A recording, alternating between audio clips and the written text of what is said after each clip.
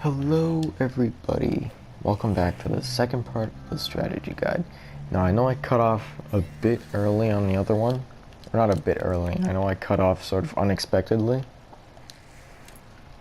but because my recording ended, but that's okay, we'll just continue on. Now, I just recently killed 17 zombies with the 2-shot charge of this weapon. I was comparing the 2-charge shot and the 3-charge shot. So now, on my second time around, I'm going to do the 3-charge shot. I want to see how many zombies it kills. So I'm going to do the same placement, same to the left placement. Now, of course, if you haven't watched the first part of this, you might want to do that. It should be on my channel. I don't know how to put links in the description. I guess I could, but I'm too lazy, so I'll just go onto my channel and find it. It's a strategy guide part 1. That's what it's called. Zetsubou no Shima strategy guide part 1. If I could find a way to put the link in the description, I'll do it. If I'm not too lazy, I'll do it. But if not, then yeah, you might as well just check my channel.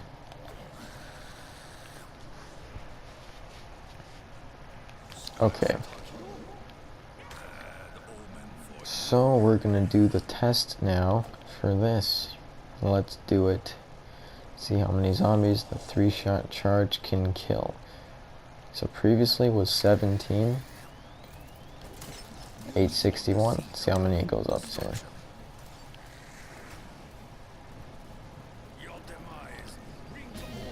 So let's just wait until the money starts going up. Okay, it's all good. 61. It only killed. Whoa. 16. Wow. Okay, it looks like it was still going up a bit. Okay. That only killed about 16 zombies, as it seems. Okay. 16. As opposed to the 2-shot charge is 17. So, as it turns out, actually the 2-charge shot actually killed more zombies. Now, I don't know how the fuck that's possible. I actually expected the 3-charge shot to kill more zombies, but it's actually very weird. It's a bit odd. So, yeah. A bit odd.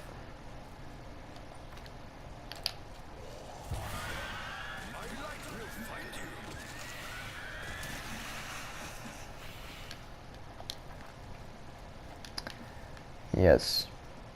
Okay. Whoa, it was a fucking plane. I'm pretty sure it's part of the Easter egg if I'm not mistaken. Fuck you. Fuck you. Cool. Where did that plane go? Hey, plane. Whoa. That's pretty sick.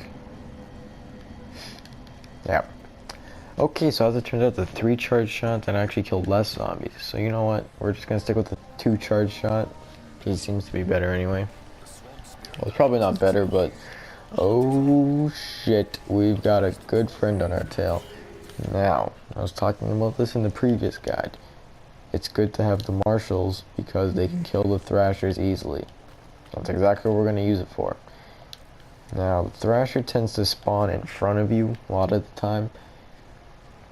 And that's where he could be a pretty big problem, because if he spawns in front of you at the wrong time, you can get screwed up really bad. Now, I would use my skull gun to kill him, because he actually dies pretty easily from that, but I don't have it right now, so I'm going to have to kill some zombies for that, which we will do, and then maybe I'll use it to kill them. But that's the problem, though, is that I don't want to waste it, just in case I may need it again. And it seems that there are 2 thrashers. Wow. Amazing. What a great day. 2 thrashers. I'm not sure if this weapon can kill him if I leave a goo puddle, but we could try. Now he seems to be screwing up the train a bit. So let's see how many zombies this kills. I was at 897. Oh wow. It's barely killing any. Killed 5. That sucks. Oh well, yeah, it's definitely because of the Thrasher. He's like, he can screw you up so bad. God, I hate the Thrasher. Okay, you know what? We're probably gonna have to use the Skull Gun. This is where we have to make the compromise. Because running this train with the Thrasher is not always a good idea because he can easily screw you up. Because of the way he screws up the train.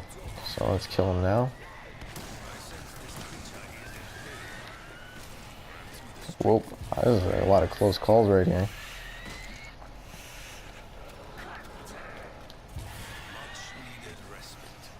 But thanks to the Skull Gun, we're perfectly alive. Killed the Thrashers. Kept us quite alive and well, so we seem to be doing well. Now, if we do end up getting cornered again, I could possibly get killed because I pretty much wasted half of it. But the good thing is, with the Skull Gun, it refills very quickly.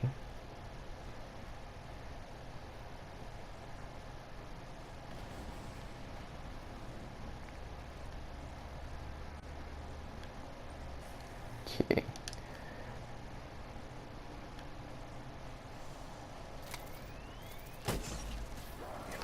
Oh, so many zombies that kills. Hope it kills a lot. 34. Oh wow, that's actually enough to fill it up. So let's see, we're at 934. Whoa. I killed 17 zombies again. Sweet. Just like last time. It's pretty good, pretty good. Insta-kill. What to do on insta-kill? Tear shit up. That's all I gotta say.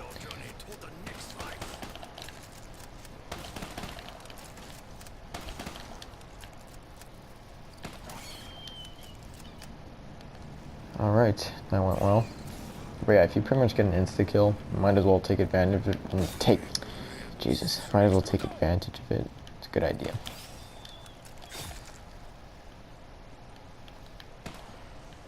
Whoop. Okay, okay. Alright, let's keep on moving. Now, the good thing about the Skull Gun is that it fills up very quickly. Which I'm pretty sure I already said, but I'll say it again, because it does. That's a very good thing. That's what I like about it. You know, I mean, like the previous special weapons we've had, they took a really long time to fill up. They took about, I would say, like 2 or 3 rounds to fill up fully. But this one, you could do it in like not even half a round, even if you use it up fully. I mean, as you can see, I used like half of it, and I got it back in like 17 zombie kills, or less, maybe. Now, for the other part, I spent a lot of time talking about the actual strategy, but I could go on strategy setup. How do you set up for this? Now, one thing I actually don't have with me, which I think you should have with you, is definitely the zombie shield. I do have it built, but I'm just too lazy to go and pick one up. But it's a good thing to have with you, because of course it's a zombie shield. If you get cornered, it could give you that extra time to pull your skull out, kill some zombies. And also, if you're trying to run around these zombies and they hit you, if they hit you, end up hitting you on the back, and you have the zombie shield, it does no damage. So it's pretty good. The gas mask you definitely want to have because of the spores. You could get slowed down by them, especially if there's a Thrasher around. And also I think the spiders drop spores too, I'm not sure if they do. But either way, if you somehow manage to get yourself into a spore, you will slow down. With the gas mask, completely avoids that. You don't slow down, which is very good. Kill the spider right away because I don't have time to deal with this asshole.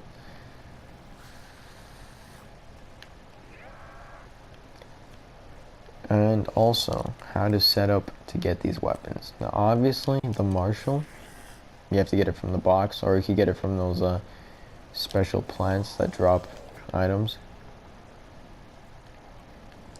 And the craftable items like the KT4, I'll just give you like a mini tutorial, and also the skull, in case you don't know how to do it. Now the skull, from the starting room, if you take the right path, I believe, it leads to an area, it's like a ritual area with a bunch of pillars. And there's like a little middle area with a giant stone table with 4 pressure plates on it, and each one is carrying a skull. Okay, a bloody skull. Now what you have to do is you have to pick up a skull. You have to locate these altars around the map that have symbols on them. You have to place the skull on the altar. And once you do this, oh shit, that spider just blocked my path off. I think these zombies are gonna come around. Yep, they're definitely gonna come around. Or are they? I don't know. Okay. But yeah, anyway, so you want to place the skull on the altar. And what this will do is it will start a ritual. Okay, and pretty much what the ritual does is it spawns a bunch of zombies in that have green mist around them. Now, these zombies don't attack you though. They go straight for the skull. Okay?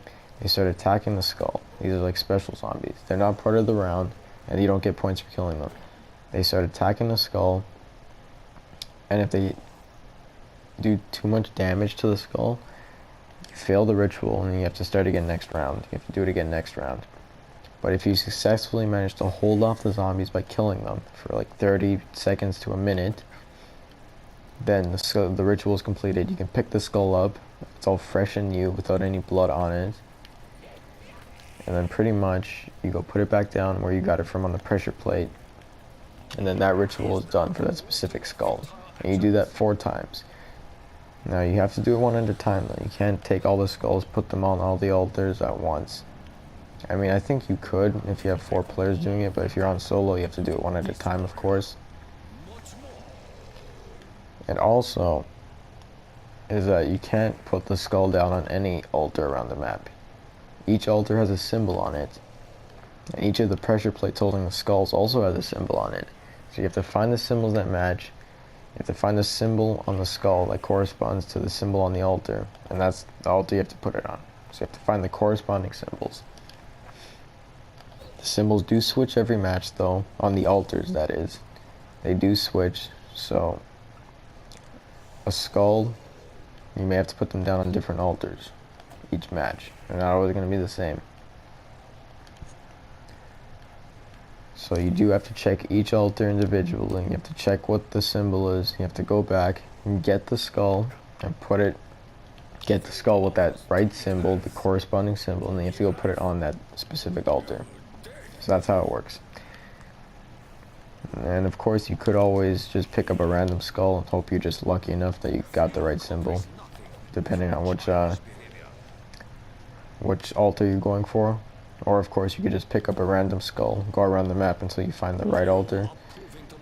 But it doesn't matter, do whatever you want, whatever makes you happy. Anyway, that's how you get the skull gun. After you get all the skulls, you put them back down on all the pressure plates, all new, fresh, without the blood. A huge area will open, like an underground area with a skull weapon there on an altar, like the main skull weapon, which looks like the alien head from the movie Alien, except much smaller, but sort of the same shape. And pretty much, you hold square on it, it starts a ritual where you have to kill these keepers, and they're a one-shot kill with any weapon, so you could easily knife them. But you do have to kill a lot, and they hit you much faster than normal zombies do, so be careful not to get cornered by them. But you just run around the room, kill them, and once, after a certain amount of time, the ritual will be done. And once it's done, you can pick the skull up for real now. Once you pick it up, you have it. The end. That's pretty much the whole thing. That's how you get the skull. And it's a special weapon, as I have already demonstrated. How to get the KT4. To get the original KT4, number 1, go into the bunker, okay? Once you're in the bunker, go all the way to the end, open all the doors up until you get to the end. You'll find these